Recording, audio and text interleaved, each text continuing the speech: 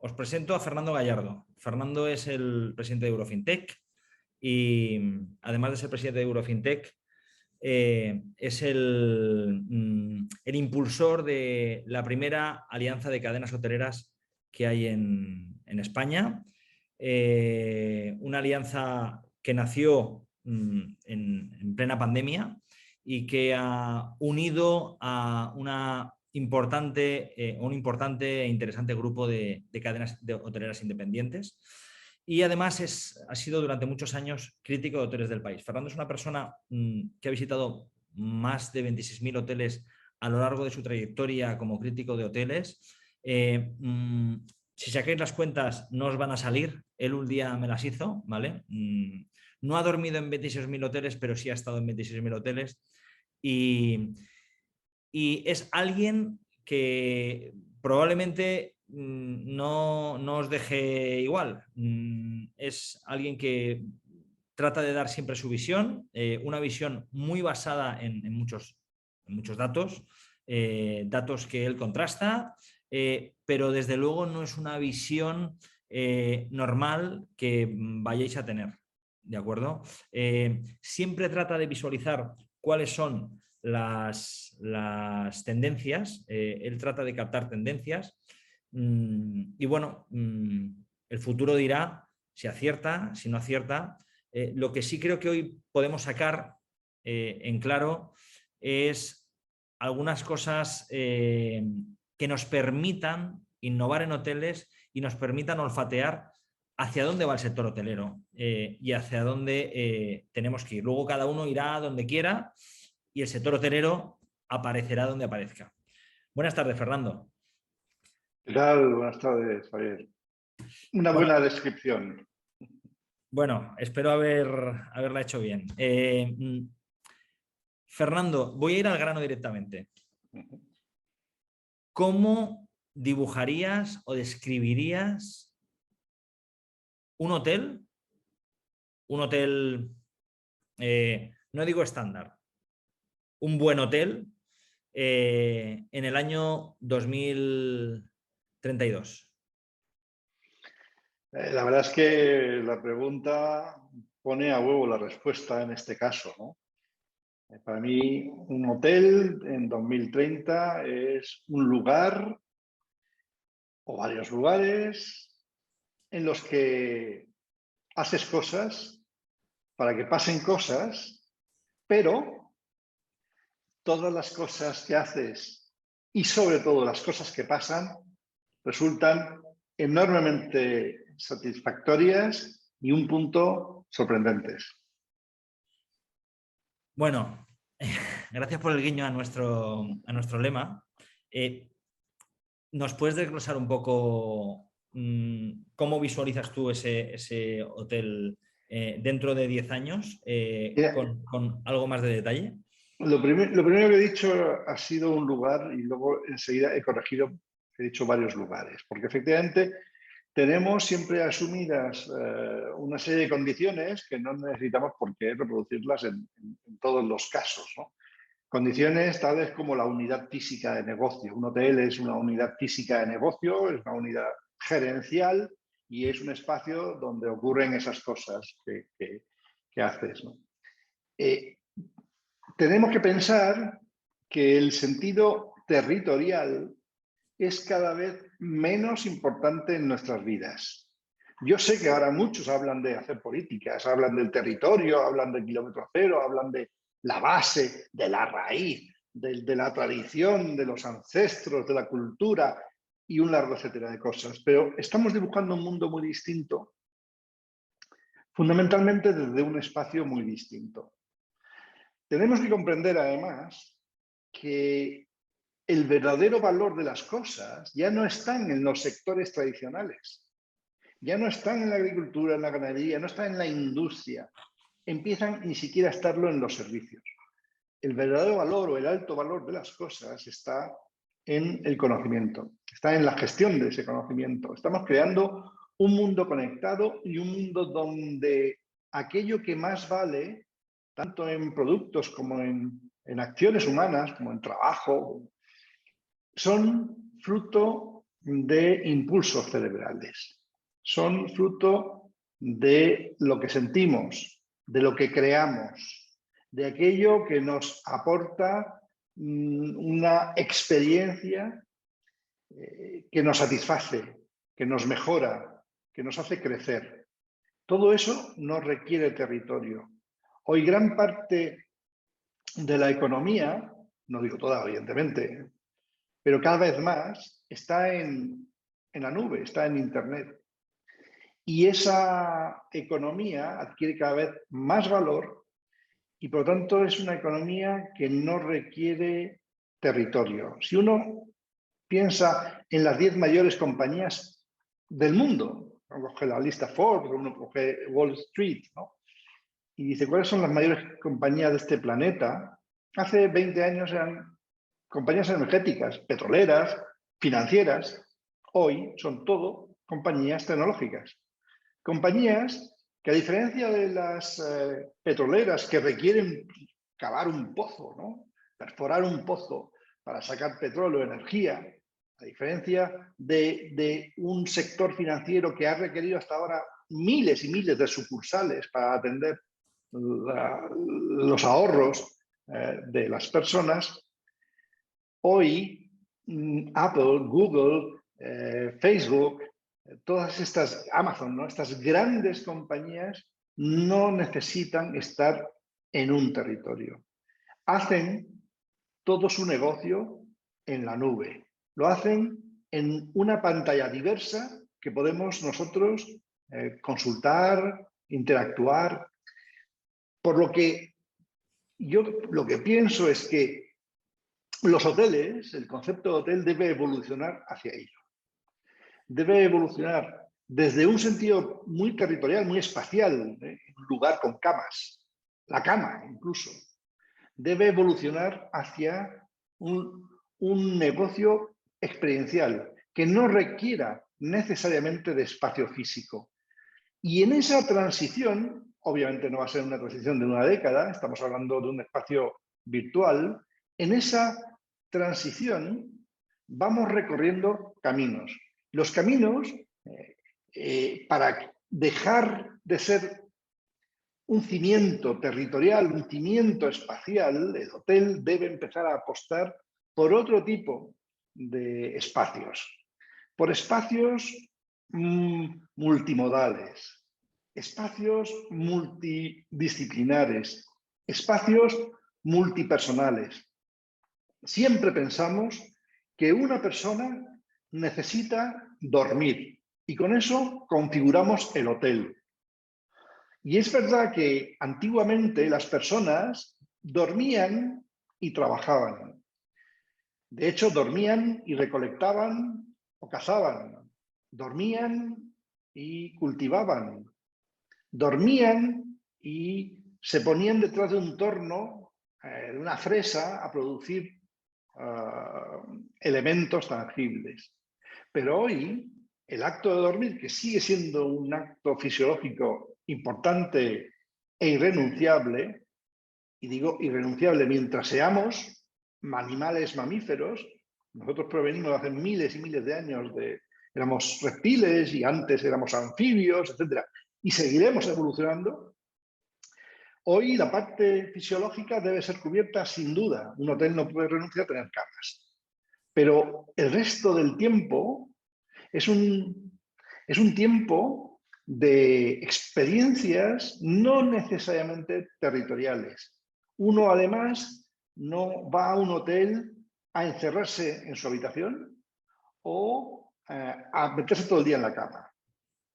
Uno va a un hotel a relacionarse, a gozar con otros temas tangibles como pueden ser la alimentación, a escuchar cosas, a escuchar música, a ver el mar o a ver la montaña, y un montón de cosas que no requieren necesariamente una ubicuidad física.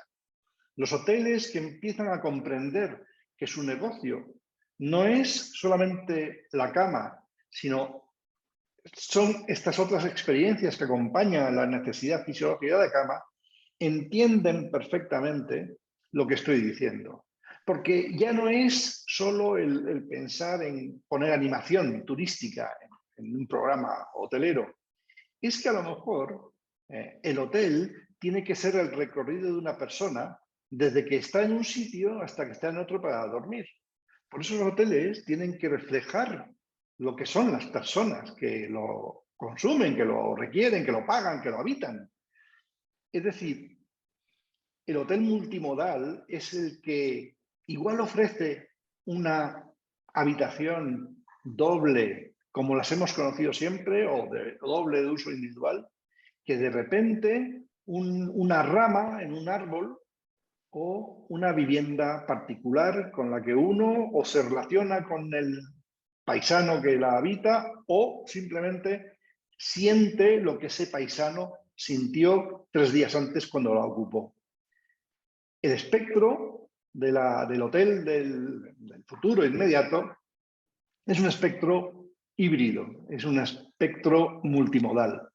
Y los hoteleros, en su inmensa mayoría, han adoptado una estrategia muy equivocada en todos estos años, combatiendo los alquileres turísticos, por ejemplo, cuando hoy ya las grandes cadenas globales, empezando por Marriott, ya ha desarrollado un negocio de alquiler vacacional en paralelo, porque entienden que su cliente un día se va a una habitación doble, otro día se va a una habitación individual, otro día se va a una suite y otro día se va a una casa particular.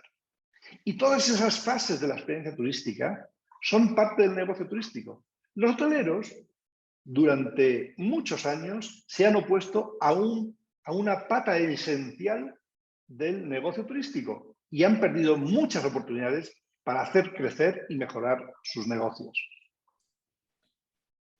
Wow, bueno, has tocado un poquito el metaverso, has tocado un poquito Airbnb, has tocado un poquito de todo. Sí es verdad que a lo mejor,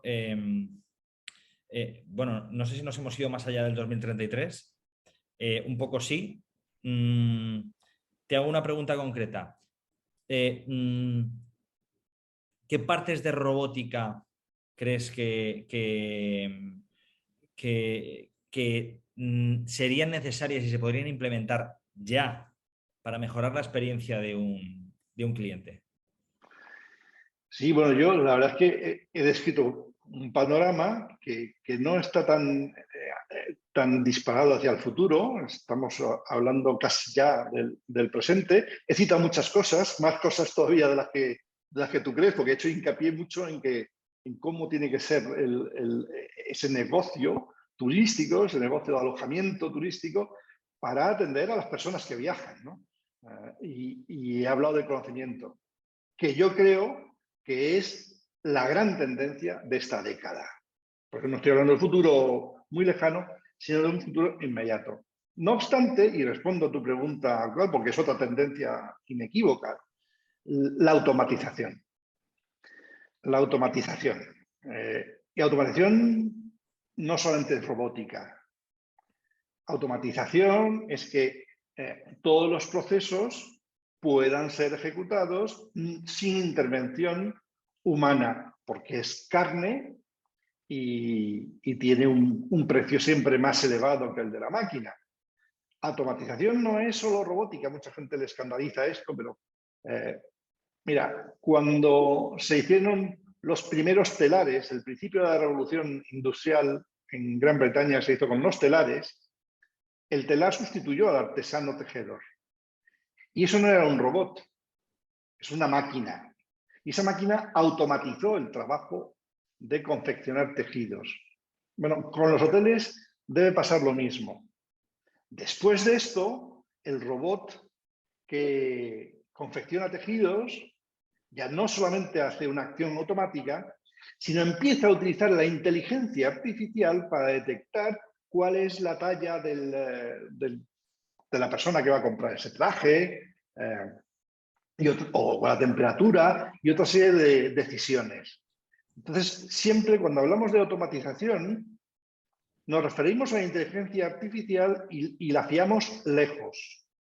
Porque yo soy verdaderamente un militante con fe sobre la inteligencia artificial, pero también por conocimiento sé que la inteligencia artificial general, hay dos tipos de inteligencia artificial de momento, la general nos tocará muchas décadas, pues espera ver unos primeros resultados satisfactorios. La inteligencia artificial estrecha, muy concreta, muy definida, es la que nos puede ayudar a resolver muchos temas hoy. Pero hay un paso previo, que es el de la automatización. Y eso concierne a todo lo que llamamos, odio esta palabra, pero creo que todo el mundo la usa y por lo tanto la usa en el sector hotelero y por tanto tengo que usarla yo, que es el back office, ¿no? Hay muchos procesos de gestión hotelera, de gestión de servicios que podrían ser perfectamente automatizados porque es un modelo de gestión, es un modelo de servicios que los clientes, los hoteles, que los huéspedes no se enteran de que existen. Los clientes no se enteran cuando una reserva de una habitación se automatiza. No se enteran cuando el PMS ejecuta el booking, la asignación de habitaciones. No se entera cuando a lo mejor el hotel responde a 1000 correos que le han entrado en el día de hoy y lo responde automáticamente. No se entera. Entonces, esas son las primeras funciones susceptibles de ser automatizadas. La robótica, la prerrobótica, lo que llamamos los RPAs, ¿no? Los Robotic Process Automation, es decir, los procesos automáticos robóticos ya se pueden aplicar a hoteles. Y ya digo, no hoy, sino desde hace algún tiempo. Y bueno, una de las cosas que estoy haciendo ahora mismo es gestionando un proyecto de robotización de procesos internos para hoteles. Lo has mencionado antes, la Alianza de Cadenas Hoteleras. Efectivamente, estamos en esto y hay un proyecto muy importante que es generar enormes ahorros de costes automatizando esos procesos internos que no lesionan los puntos de contacto con los clientes. El siguiente paso, lógicamente, tendrá que ser ya el de meterse en esos puntos de contacto. El siguiente será robotizar esferas del, insisto, no me gusta la palabra, pero se entiende, del front office. De todo lo que signifique interacción con el cliente. Porque tenemos además una idea totalmente equivocada de lo que es la hotelería como la esencialidad del factor humano. Lo he discutido yo en miles de foros, pero lo vemos cada vez más. Cuando se habla del factor humano es muy importante. Incluso se dice, el factor humano es lo más importante del hotel. Pero claro, quien dice eso normalmente lo refiere al staff del hotel, a su equipo de servicio. Y yo digo, no. El factor humano, claro que es lo más importante del hotel. Es el que lo paga. Es el dueño del negocio. Es el cliente. Ese es el factor humano. Lo que el cliente no quiere es estar en constante interacción humana. Muchos hoteleros hablan como si fueran psicólogos, ¿no? Que están diciendo, no, es que no hay nada como una conversación con mi camarera. Oiga usted, esto no es tan evidente. No, es que donde esté un camarero que te diga un piropo, oiga, ya no estamos en tiempos de piropos, ¿no? Al final, ¿qué es lo que queremos? En la conversación con el camarero, ponernos en el diván, porque hay profesiones específicas para ello, o lo que queremos es que nos transporten una bebida, nos transporten una cerveza, nos transporten un refresco. Y alguien dirá, o nos transporten un vaso de vino, de un buen vino. Y claro, ahí empezamos a ver cuál es la realidad de la hotelería, cuál es la realidad del turismo. Es que un buen vino relatado por un sommelier, claro que no tiene precio, claro que es maravilloso, pero eso no es gratis, eso se tiene que pagar. No todo el mundo paga un buen vino y mucho menos, no todo el mundo paga una buena presentación del vino. Al final, Ferran Adrià, buen amigo, aunque yo sé que es un poco histriónico en algunas de sus declaraciones, hace una semana venía diciendo: el futuro es que los camareros van a cobrar más que los abogados, van a cobrar todos 5.000 euros al mes. Y claro, a mucha gente le ha parecido esto tremendamente epatante y contradictorio. Yo, sin embargo, creo que va por ahí el asunto. Vamos a ir definiendo hoteles en donde el servicio humano, un servicio cualificado, altamente experiencial, se cobre al precio que se cobra, y lo demás pues van a ser commodities, y además van a ser servicios automatizados. Lo vemos cada vez más, y después de la pandemia lo que estamos observando es como ya esos hoteles, por lo menos en España, pero también en todo el mundo, esos hoteles que eran de lujo, pero sin ser del todo de lujo, en esta pandemia, después de esta pandemia, estamos viendo que se están convirtiendo en hoteles de lujo, porque efectivamente, definitivamente, se apuesta por el factor humano. Pero hay que decirlo bien claro, el factor humano, como lo entendemos realmente, es el Four Seasons de Madrid, recién inaugurado, a 1.000 euros la noche. Eso es el factor humano. Lo demás es un modelo commodity. Vamos a ver cada vez más ese estiramiento de la oferta.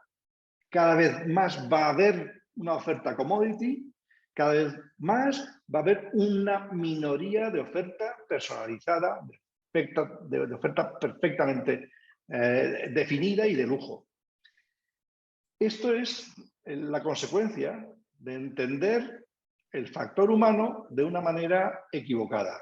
El factor humano lo hay que entender referido siempre al cliente del hotel, al huésped, que es quien paga el negocio.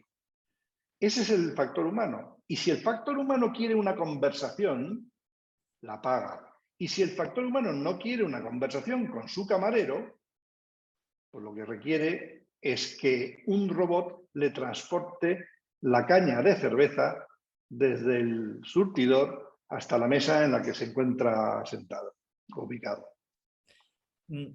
Que se ha hablado mucho en todo este tema, y sobre todo este tema hay mucho debate, y de hecho la gente salta inmediatamente y se escandaliza con el tema de la robótica, que la robótica no tiene por qué ser un humanoide, un robot con rasgos humanoides. ¿Qué va a pasar con el recepcionista? ¿Cómo visualizas tú que queda el recepcionista? ¿Desaparece? Yo no le veo la utilidad al recepcionista, pero no en el futuro, ni siquiera hoy. No le veo la utilidad, sinceramente. Porque cuando hablamos de qué es lo que quiere el cliente, pues si quiere hablar con alguien, se va al psicólogo, a la consulta al psicólogo. Si lo que quiere es que le den una buena habitación, una buena cama, que le sirvan una copa, que le indiquen dónde está la piscina, etcétera, etcétera, para eso no hace falta un recepcionista. No le hace falta alguien que además le pone un obstáculo. Primer obstáculo, el mostrador de la recepción. Segundo obstáculo, un señor, una señorita. Normalmente los recepcionistas le hacen perder el tiempo. Llega cansado de un viaje y le hacen perder el tiempo de pie rellenando estadillos y firmas. Es lo contrario de lo que es una recepción. Yo entiendo una recepción como un lugar de bienvenida, nunca como un obstáculo, nunca como una expendeduría o la ventanilla de un ministerio. Esas son las recepciones hoy. No, si lo que quiere el cliente, yo no digo es pasar directamente a la habitación. Lo que quiere el cliente, pues es lo que quiere. Una vez quiere una cosa, otra vez quiere otra. Un cliente quiere una cosa, otro cliente quiere otra. Hay que conocer al cliente y saber cuál es el tipo de experiencia o el tipo de servicio que hay que brindarle. el recepcionista huelga. ¿Qué es lo que podemos pensar de aquellos clientes que no quieren meterse directamente en la habitación o de aquellos clientes que ya estando en la habitación requieran pues un servicio especial? Y no me refiero a lo que todo el mundo entiende por servicios especiales, sino lo que sea desde la habitación cómodamente sin desplazarse. ¿Qué es lo que requiere? Requiere ese servicio, requiere esa atención. Y esa la puede dar cualquier máquina o la puede dar no un recepcionista, lo puede dar pues el responsable de acogida, ¿no? Lo puede dar lo que hoy se llama el Guest Experience Manager, ¿no? Es decir, la persona encargada de dar atenciones, que se mueve por todo el hotel, no necesariamente está detrás de un mostrador como de la ventanilla de un ministerio. ¿Y los directores de hotel van a seguir? ¿No van a seguir? ¿Cuál es su evolución? La tendencia es que todo se automatiza. La tendencia es que hasta la gestión se automatiza. La tendencia es que aquellos directores que son muy buenos gestionando una hoja de cálculo, un Excel, son los que antes van a ser sustituidos por un robot, por la inteligencia artificial. Porque la inteligencia artificial es muy, muy superior a la inteligencia natural humana. Muy superior. Pero es muy superior en algunas cosas. La inteligencia artificial general está todavía a años luz de la humanidad. Estamos muy lejos de ella. Y solo la inteligencia artificial general es aquella que tendrá dotes, condiciones creativas e intuitivas. Es decir, es ese actuar sobre una hoja de cálculo y decir, voy a sacrificar 2 euros aquí en mi balance para que aquel otro huésped, sin tener que gastar más, de repente sufra o se beneficie de un factor wow, y esto me cueste 2 euros, y yo hago una relación de, bueno, 2 euros no me supone mucho a cambio de una expresión de sublime por parte del huésped. Y que haga esa valoración, que es muy intuitiva, es muy sensorial además. Esa inteligencia está a años luz todavía de ser una inteligencia artificial. Con lo que todos los directores muy formados en gestión, es una gran desventaja, por ejemplo, que tienen hoy los programas de estudios de la Universidad de Cornell, de la School of Hotel Administration, una desventaja que te prepara muy bien para hacer una gestión financiera del negocio hotelero, pero no te está preparando para evitar ser sustituido. Entonces, tenemos que buscar la fórmula para que el director no se ancle en su despacho y genere totalmente interacciones durante todo el tiempo de trabajo, genere interacciones con la clientela. Es decir, se adelante a los deseos de la clientela. Eso no lo están haciendo una gran parte de los directores actualmente. Es por lo que una gran parte de los directores actualmente están ya siendo sustituidos por sus empresas.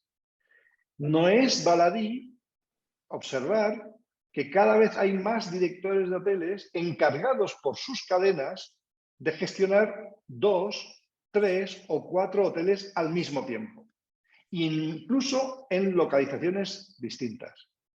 Esto me hace pensar que efectivamente, si un director de hotel se encarga de 3 hoteles al mismo tiempo, físicamente estará en uno y faltará en los otros 2.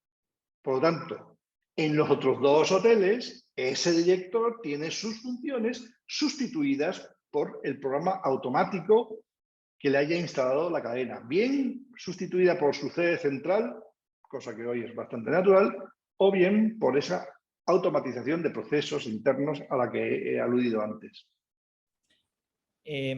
hay varios temas que, bueno, cada tema de estos da para Sí, una claro. masterclass. De hecho, en cada uno de estos temas tú has dado una masterclass de 5 horas en nuestra escuela.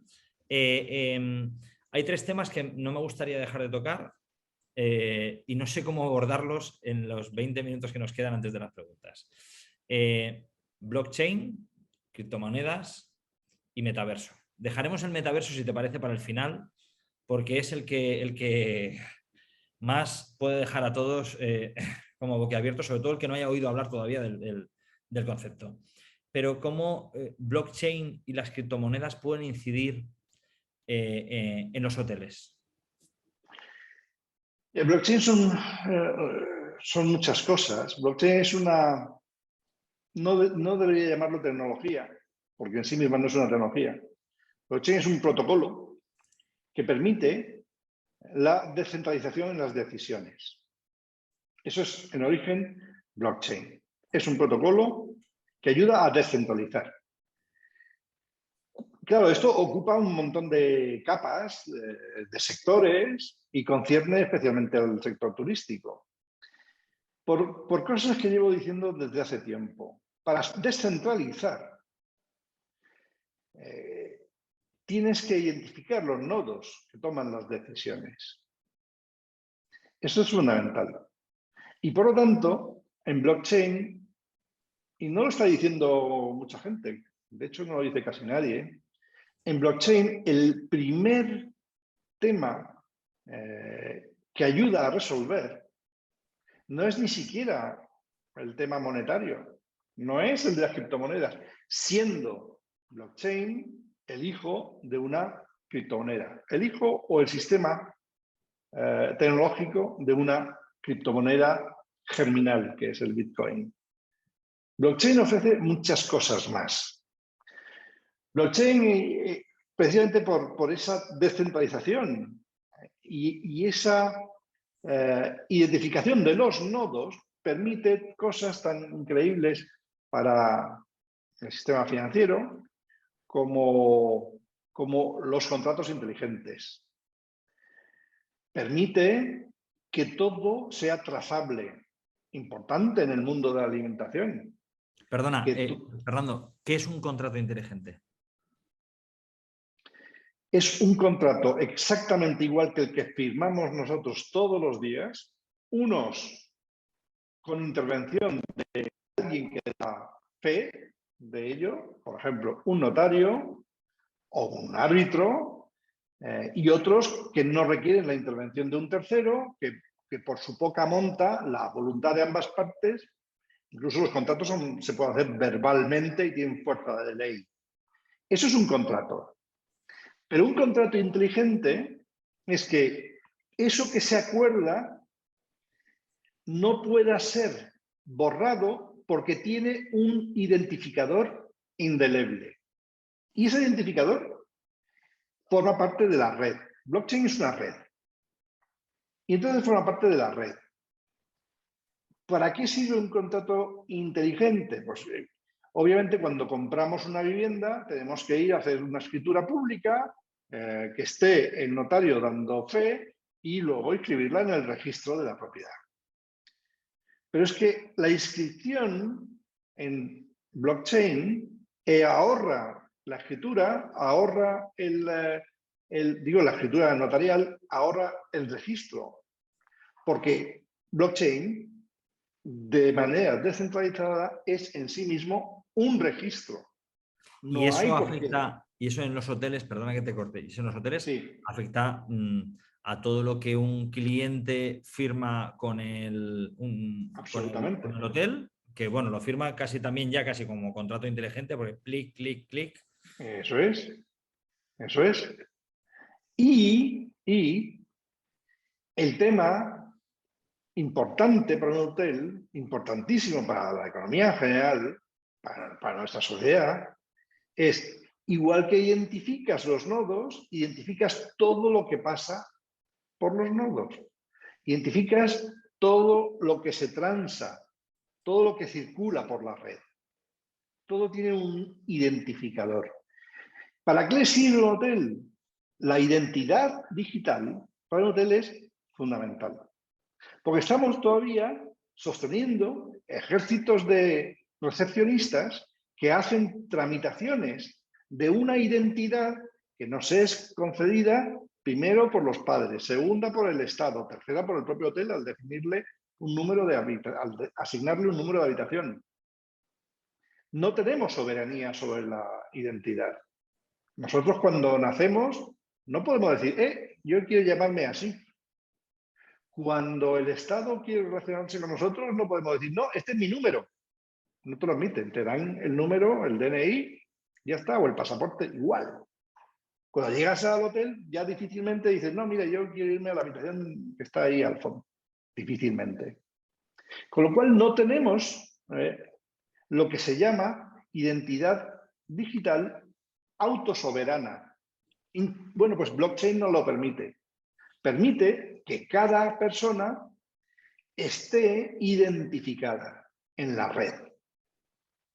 Y con ello empieza lo más apasionante de esta década para la hotelería. Empieza la década del conocimiento del cliente. Porque no podemos pensar en personalizar la experiencia hotelera si no conocemos al cliente.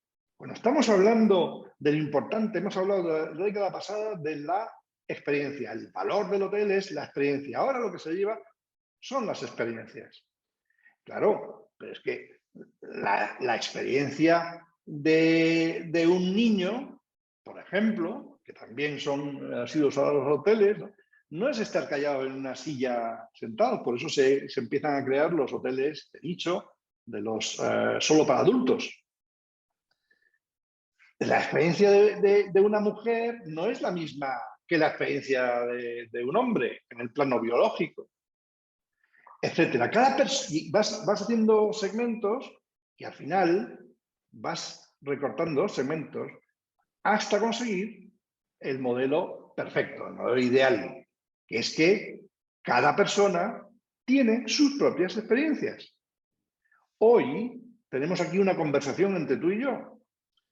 Las palabras que yo digo, yo las entiendo de una manera diferente a como la entiendes tú.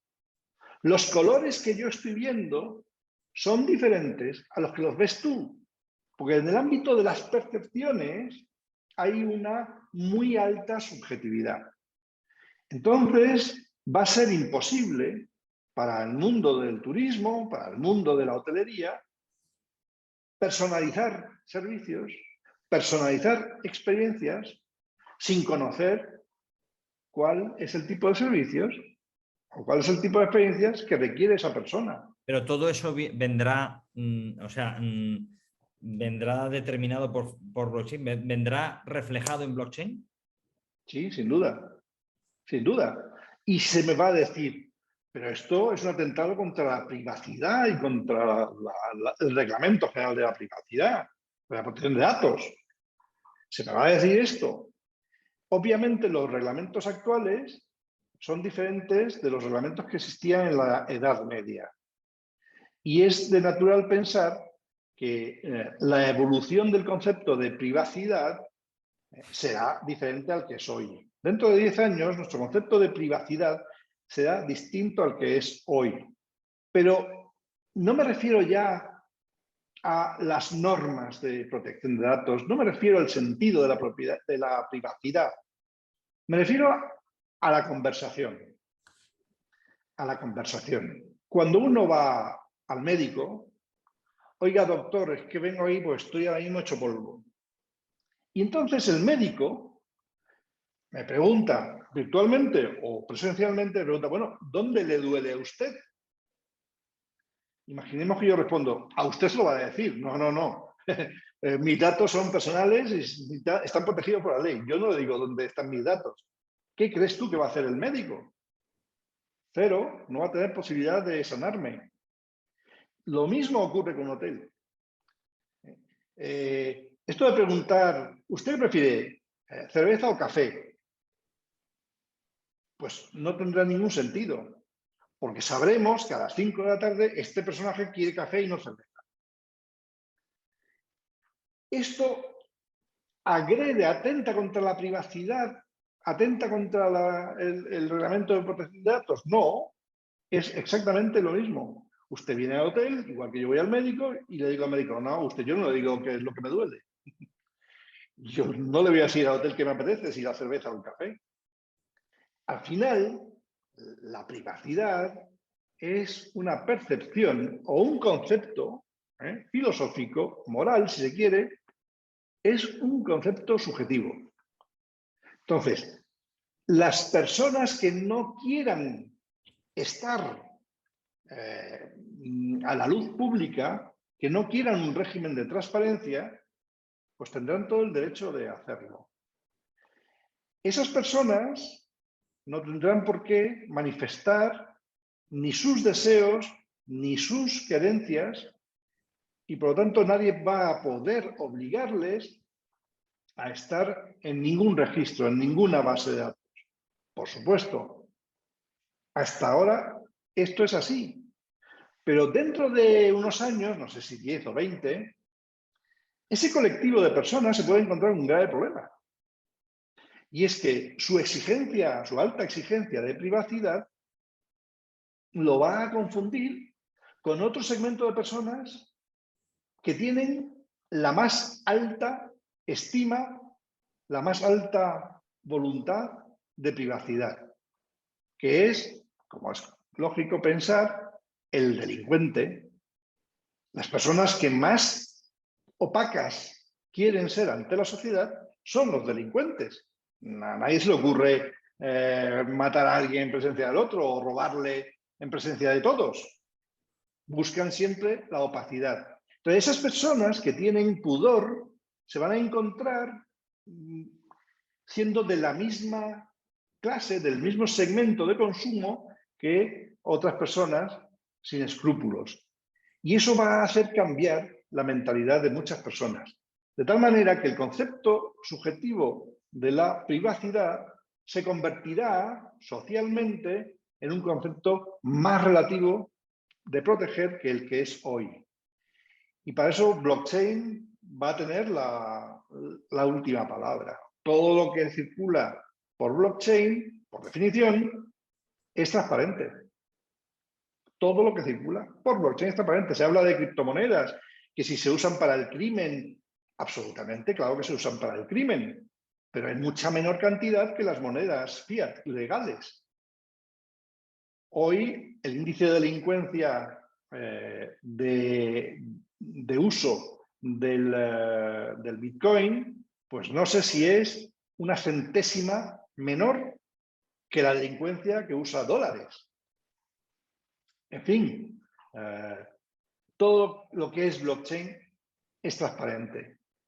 Y todo lo que pertenece al mundo administrativo, al mundo institucional, a las autoridades monetarias, se convierte en algo pues, más opaco. Indiscutiblemente en esta pandemia los gobiernos han emitido mucho dinero.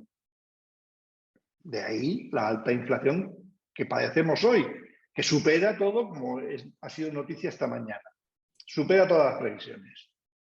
Bueno, esa emisión de dinero es opaca. No sabemos realmente cuánto dinero se ha emitido.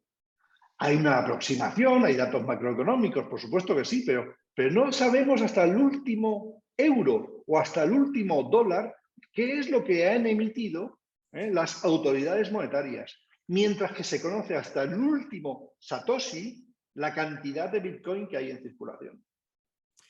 Fernando, insisto que cada uno de estos temas da para un máster. Da para un máster y en el futuro lo dará. Lo dará porque la industria turística y hotelera hablará de esto. Hablemos del metaverso y necesito que hagas un ejercicio súper didáctico de explicación, porque la primera vez que escuché hablar del metaverso te lo escuché a ti en la famosa reunión de la Viñuela, rodeado de hoteleros, o sea, a la cuarta vez yo ya he empezado a entenderlo. Simplemente por introducir. El metaverso es un concepto que introduce, parece ser Mark Zuckerberg, pues tira tú. Bueno, el metaverso, Mark Zuckerberg lo que hace es coger el concepto, el nombre, el apelativo de una película que era Snow Crash y tal. No tiene nada que ver. Metaverso es el metauniverso, es decir, lo que hay más allá del universo. Y lo que hay más allá del universo, pues lógicamente decimos, no lo conocemos. Ya nos cuesta conocer el universo como para conocer lo que hay más allá del universo. Claro, en el espacio físico, en el espacio científico se puede decir esto, pero no en el espacio intelectual, en el espacio filosófico. Porque el metaverso es un constructo de la mente humana. Es todo lo que construimos con la mente. Eso es el metaverso. Es ese territorio no definido, ese territorio imaginario donde se construyen los pensamientos. Hasta ahora todo esto no servía de nada, porque ¿qué hemos construido en la humanidad? ¿Qué es lo que ha construido? Bueno, muchas personas han construido muchísimas cosas. Pero digamos, la humanidad como concepto social, ¿qué hemos construido? El dinero, por ejemplo. El dinero no existe. La verdad es que todo el mundo se cree que el dinero existe, pero no existe. Yo he hecho la demostración muchas veces con alguien, ¿no? Recibes un papel que pone 50 euros y con ese papel te pones contento y sales a comprar cosas. Ese papel te lo pongo yo te cojo un papel como este, te pongo aquí 50 euros y no me lo coges. Oye, eso es papel y pone 50. Es lo mismo. Es que es lo mismo. Pero ¿por qué no me lo coges a mí y se lo coges a cualquiera que veas tú que tiene la fe del Estado? Precisamente por eso, porque es fe, es fiat. Es que tú crees que eso vale dinero. Porque el Estado te lo garantiza. El Estado tampoco existe. El Estado no lo tocas. Es un constructo de la mente. Entonces, todos estos constructos, como el concepto de nación, ¿dónde está la nación? ¿La puedo tocar? ¿Quién dice que es una nación? Es decir, son constructos mentales, son pensamientos. Bueno, tenemos, y te decimos, bueno, yo estoy con esta persona, con esta otra, en este territorio, hablo la misma lengua, tengo la misma historia, genero un mercado económico y ya con esto, pues ya es nación. Bueno, porque tú te lo crees, porque lo has pensado, es un pensamiento. No es un acto físico, no es un espacio definido. Pero ¿cómo esto se traslada, se puede trasladar a los hoteles? ¿O cómo Pues visualizas? es que, claro, cuando hablamos de metaverso nos estamos imaginando enseguida estos espacios virtuales, tridimensionales, las gafas y todo esto, pues porque es lo novedoso, ¿no? Y porque eso le asignamos el título de apelativo de metaverso. Metaverso es todo aquello que estamos haciendo con la mente que nos sirven bien para obtener bienestar personal o nos sirve para transar. Para transar. Es decir, ¿qué hacemos con la mente cuando queremos en un hotel? ¿Qué hacemos? Una reserva. ¿Dónde está la reserva? ¿La tocas?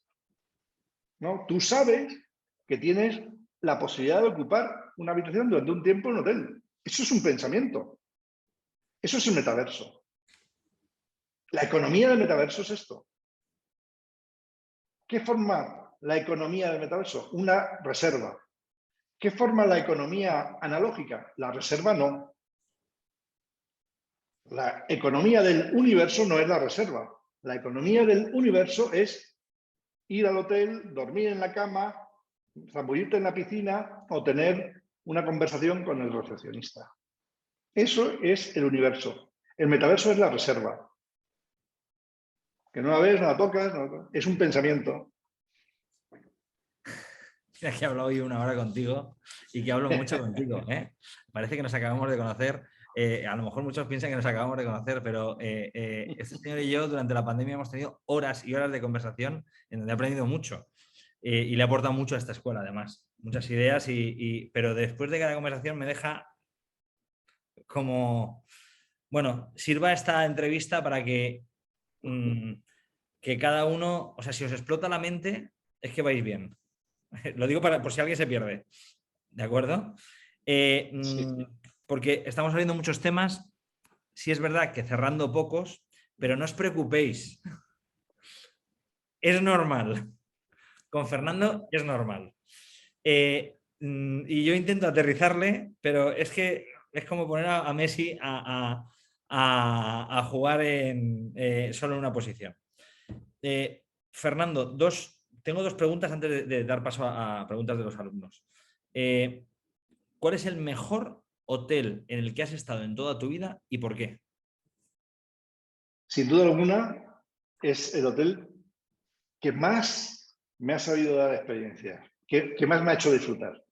Ese es el mejor hotel de la vida. ¿Por ¿Vale? qué? Porque lo que busco en un hotel son experiencias. ¿Y cuál ha sido la experiencia concreta que más te ha impactado?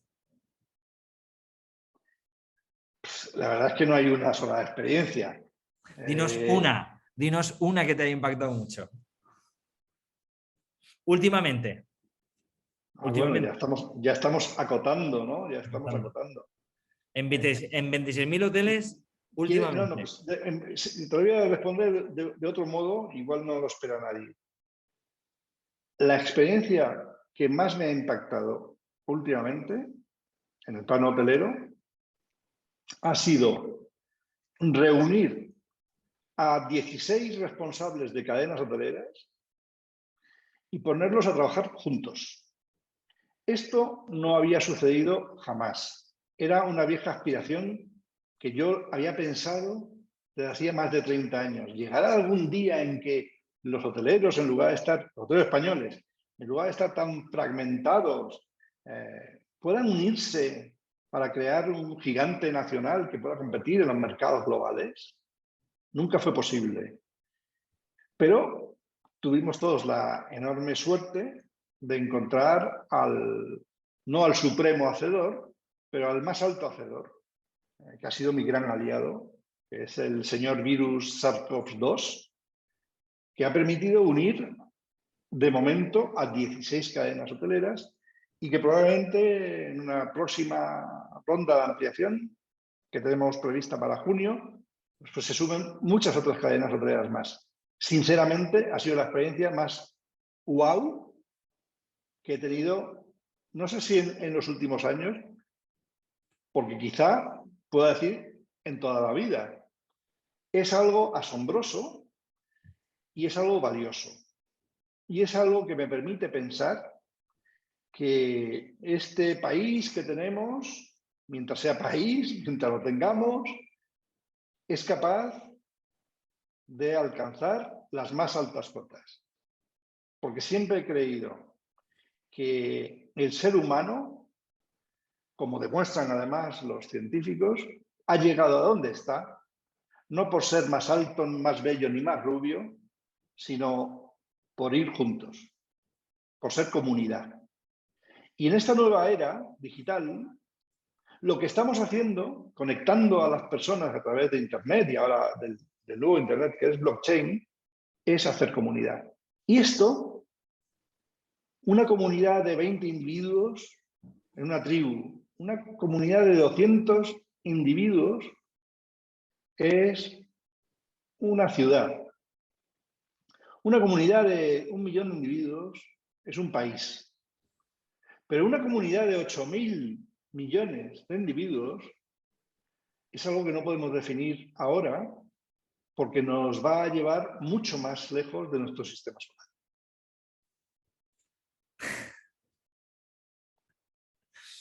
Hay preguntas.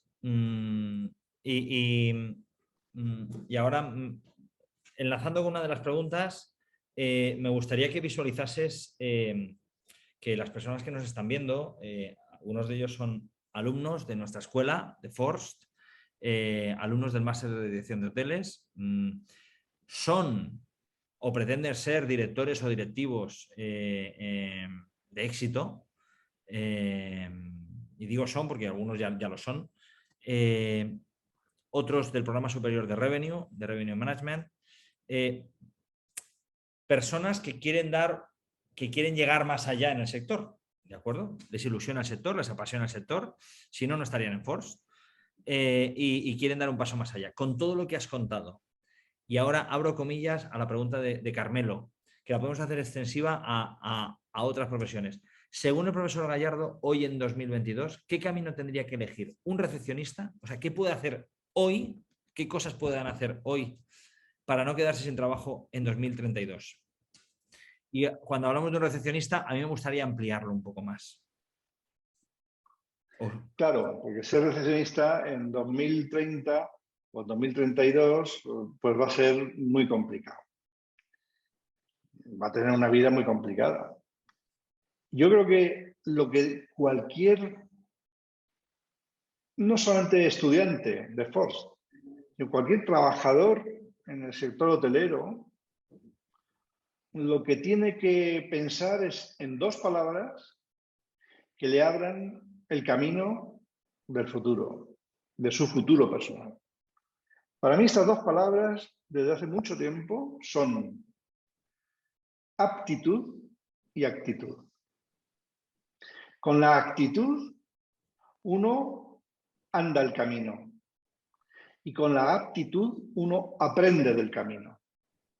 Y el camino tiene que llegar a donde su imaginación llegue. El camino tiene que ser ese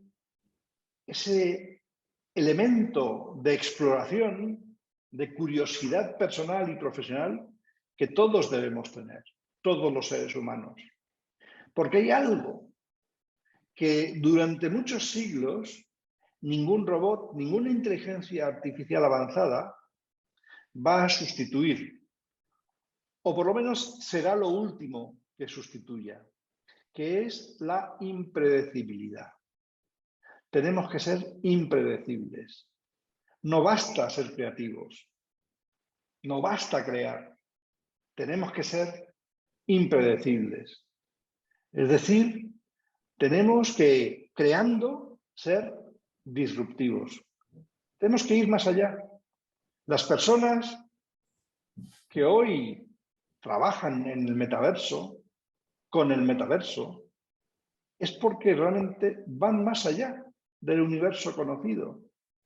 Ese más allá de las estrellas, incluso en el plano poético, ese más allá de las estrellas, más allá del espacio, que es nuestro propio pensamiento, que no tiene claustro, que no tiene ubicuidad, ese más allá es lo que nos va a dar el más alto valor, tanto económico como vivencial.